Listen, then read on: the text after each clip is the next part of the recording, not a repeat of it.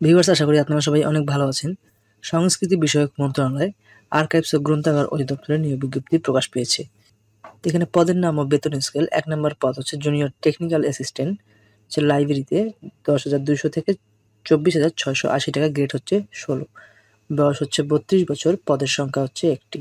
এটি হচ্ছে স্থায়ী। শিক্ষাগত যোগ্যতা ও অভিজ্ঞতা কোনো স্বীকৃত বিশ্ববিদ্যালয় হতে অনন্য ২য় শ্রেণী বা সমমানের সিজিপিএ সহ স্নাতক বা সমমানের ডিগ্রি সহ গ্রন্থাগার ও তথ্যবিজ্ঞানের ডিপ্লোমা, কম্পিউটার এমএস অফিসের কাজ করার দক্ষতা থাকতে হবে। ২য় নম্বরের পদ হচ্ছে পাঠ্যকক্ষ সহকারী, পদ সংখ্যা হচ্ছে ১টি।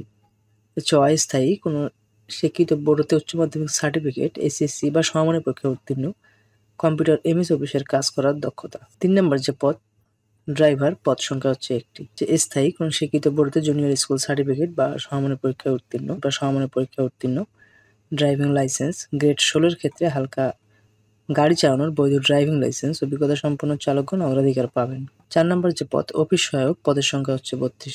৪ নম্বর পদ অফিস সহায়ক, পদ সংখ্যা হচ্ছে ১টি। এটি হচ্ছে স্থায়ী, কোনো স্বীকৃত বোর্ডতে মাধ্যমিক স্কুল সার্টিফিকেট বা সমমানের পরীক্ষায় উত্তীর্ণ। তো ভিউয়ার্স, এখানে অনেকগুলো শর্তাবলী রয়েছে। আপনারা অ্যাপ্লিকেশন করার পূর্বে অবশ্যই শর্তাবলীগুলো দেখে তারপর হচ্ছে অ্যাপ্লিকেশন করবেন।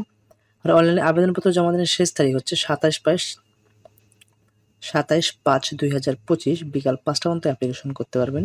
আর ৭২ ঘন্টার মধ্যে পেমেন্ট করতে হবে।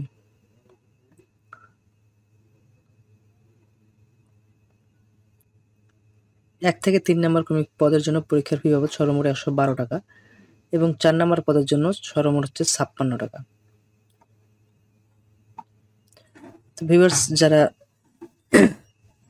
আপনাদের সাথে রিকোয়েস্ট থাকবে আমার, যারা আমার এই চ্যানেলে নতুন ভিউয়ার্স, তারা অবশ্যই আমার চ্যানেলটি সাবস্ক্রাইব করবেন। আর হচ্ছে কেউ যদি আমার কাছ থেকে অনলাইনে ফর্ম পূরণ করে নিতে চান, তাহলে অবশ্যই আমার সাথে কন্ট্যাক্ট করবেন। আমি অনলাইনে ফর্ম পূরণ করে দিই।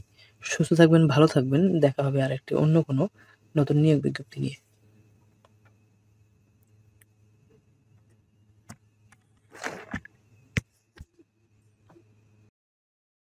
আমার সাথে যোগাযোগ করতে পারেন। আমি অনলাইনে ফর্ম পূরণ করে দিই। আর সুস্থ থাকবেন, ভালো থাকবেন। দেখা হবে আরেকটি অন্য কোনো নতুন নিয়োগ বিজ্ঞপ্তি নিয়ে।